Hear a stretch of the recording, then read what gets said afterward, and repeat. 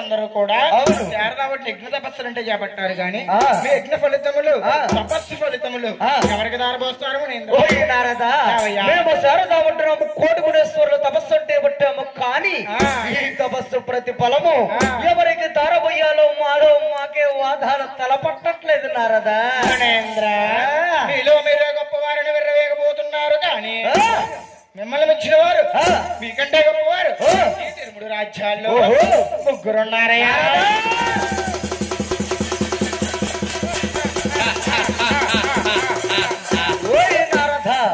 మమ్మల్ని మించిన వారు మాకన్నా గొప్పవారు ఎచ్చట ఎచ్చట ఎచ్చట ఎచ్చట ఉన్నారు నారదా. నేను వివరిస్తాను గాని మీరు చూసే గోపచారి చూసే బ్రహ్మచారిని. మీ దయా సంకల్పం ఎల్లప్పుడూ నా మీద ఉన్నట్టయితే నేను వివరిస్తాను మునేంద్ర. నారదా నీవు నా వద్ద సత్యము పలికినచ్చు నా దయా సహకారముడికి ఎల్లప్పుడూ ఉంటుంది నారదా. అలాగే మునేంద్ర. మునేంద్ర బ్రహ్మలే బ్రహ్మలోకమున నారదా తోడ తిరుసలు గలవా ఎవరు ఎవరు బ్రహ్మదేవుడున్నా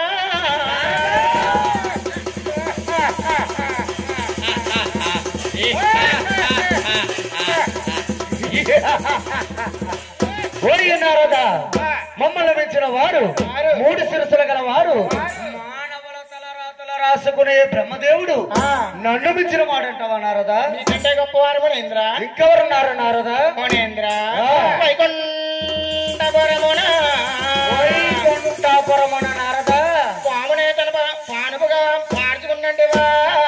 ఎవరు ఎవరు ఎవరు మునేంద్ర ఆది విష్ణువున్నా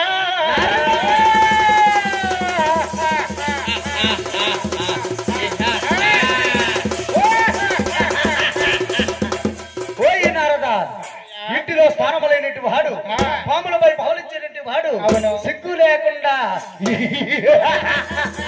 ఆడ స్త్రీలతో కాళ్ళు పట్టించుకుని అధిష్ఠమూర్తి నన్ను మించిన వాడంటవా నారదా. గొప్పవారు మునేంద్ర. ఇంకెవరున్నారు నారదా. మునేంద్ర కైలాసపురమున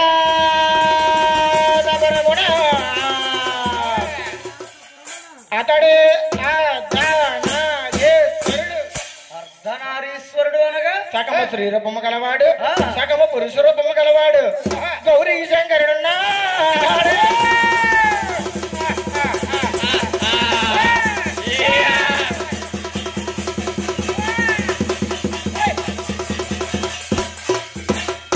నారదా ఇంటిలో స్థానములైనటువంటి వాడు శ్మశానం అంటా తిరిగేటువంటి వాడు ఒంటికి బూడిద పూసుకునేటువంటి వాడు పాములేసుకునే శంకరుడు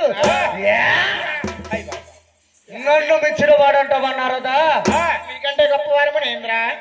ఓయి నారదా ఏ గూటి చిలక ఆ గూటి పలుకులే పలికినట్లుగా నీ నోటి మాటల చక్కగా పలికినవి కానీ ఎవరు శాంతవంతులు ఎవరు నన్ను మించిన వారు వేరే వెళ్ళి పరిస్థితి వస్తారు అంతవరకు కూడా నువ్వు నా ఇద్దమ కడే ఉండుము నారదా. అలాగే మునేంద్ర మీరు ఎల్లుము మీరుండుము మీరెల్లుము మీరుండుము వెళ్ళండి అంటున్నా.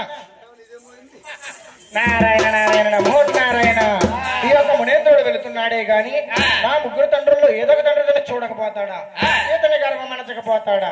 అయినా నాకు ఎందుకు వచ్చిన గొడవలే నేటి కాలానికి నాకు